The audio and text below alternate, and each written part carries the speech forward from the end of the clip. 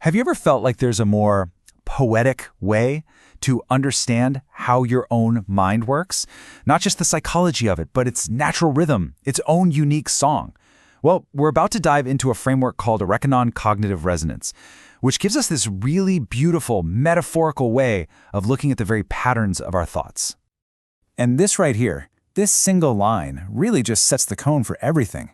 It pulls us away from a purely clinical view of the mind and invites us into this more reflective space. The idea is that thinking isn't just about crunching data.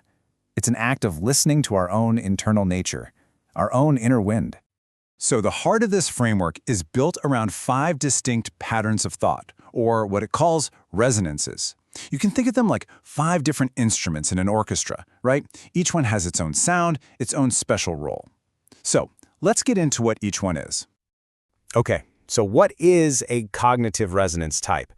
The most important thing to get is that it's not some rigid label you're stuck with. Not at all. It's more like a description of your mind's natural frequency, its default way of doing things. It's that elemental pattern that shapes how you see things, process ideas, and create.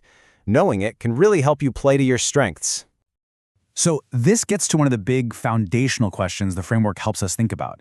When you walk into a new place or a new situation, what's the first thing you notice? Is it the emotional vibe, the logical layout of the room, the history, or the symbolism?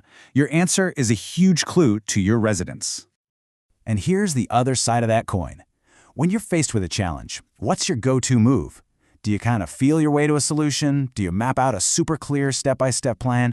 Or maybe you just wait for that aha moment, that flash of insight. The how you solve a problem is just as revealing as the solution itself. Now let's see how this all works with our first 2 types. We're going to kick things off with 2 resonances that are like a classic duo: the constant flow of emotion versus the solid stability of logic. Let's meet the river mind and the stone mind. First up is the river mind. And just like that water symbol suggests, this resonance is all about emotional currents, about feeling, and about the invisible connections that flow between people. Now, this is what I find so fascinating, the way it reframes emotion. For a river mind, emotions aren't just, feelings. They're valid data points. And empathy isn't just being nice, it's a form of analysis. It's a way of deeply, truly understanding a person or a situation from the inside out. And this, of course, leads to some incredible strengths in healing, in teaching, in sensing the harmony or disharmony in a group. But the challenge is a direct result of that strength, isn't it? It's that tendency to absorb everyone else's emotions like a sponge. For a river mind, learning to set boundaries is absolutely key to staying healthy. Okay, so now let's flip the coin and look at its counterpart, the stone mind. Where the river flows, the stone stands firm, providing structure and a solid foundation. For the stone mind, the world really clicks when it's organized. Thinking for them is a process of building, of creating these clear, logical frameworks.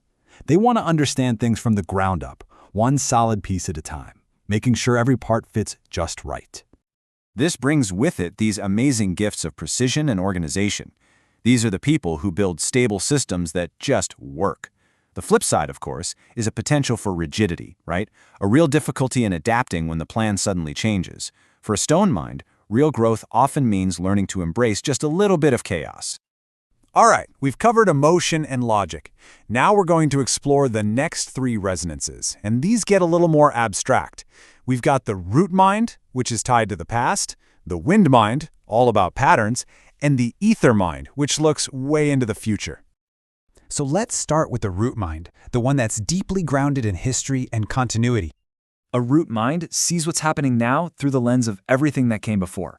For them, wisdom isn't just created out of thin air, it's inherited. It's learned from experience and it's passed down. They just get on a gut level that what stands tall today is standing on deep, unseen foundations. This creates this deep, incredible capacity for loyalty and reflection, making them amazing mentors and keepers of tradition. The challenge that comes with that, naturally, is a resistance to new ways of doing things, especially if it feels like those new ways are ignoring the lessons of the past. All right, from the deep roots, let's move on to something much lighter, the wind mind. This resonance isn't so much about linear, straight-line thinking. It's all about patterns and rhythm and poetry. What's so cool here is how the wind mind connects ideas that might seem totally random to other people. They see the world as a poem, as a song. They don't just process facts, they hear the music between the notes. They think in metaphors and symbols. The result is this profound creativity and a really beautiful way with words. But, just like the wind itself, their minds can become a storm of too many ideas all at once. So the challenge for them is often finding a single point of focus to channel all that incredible creative energy. And that brings us to our fifth and final type, the most ethereal and, well, maybe the most out there of them all, the aether mind. Yeah, the ether mind is kind of tuned in to a whole different frequency. For them, thinking isn't always a step-by-step process. It's often a flash of insight, a deep intuitive knowing, a sense of connection to a much bigger picture. They're the visionaries who can almost see what's trying to be born into the world. So, as you can imagine, their strengths lie in imagining what doesn't even exist yet. They're the drivers of true innovation. But their greatest challenge? It's bringing those incredible sky-high visions back down to earth and turning them into something tangible, something practical, which often means they need to team up with the other mind types. Okay, so let's just pull back and look at the whole system here in one place. You can really see the distinct modes of thinking, from the emotional flow of the river to the visionary thought of the aether, and the unique cognitive gift that each one brings to the table. See, it's not about which one is better. It's about appreciating the incredible diversity of how we all think, and how all these different styles can work together. And that really brings us to the big takeaway. Ultimately, these resonances aren't boxes to shove yourself into. They are instruments, and each one needs to be appreciated. Each one is a vital way the world comes to understand itself. So the real question this explainer leaves us with is this: what song is your mind playing? And how can you start to listen to it just a little more closely?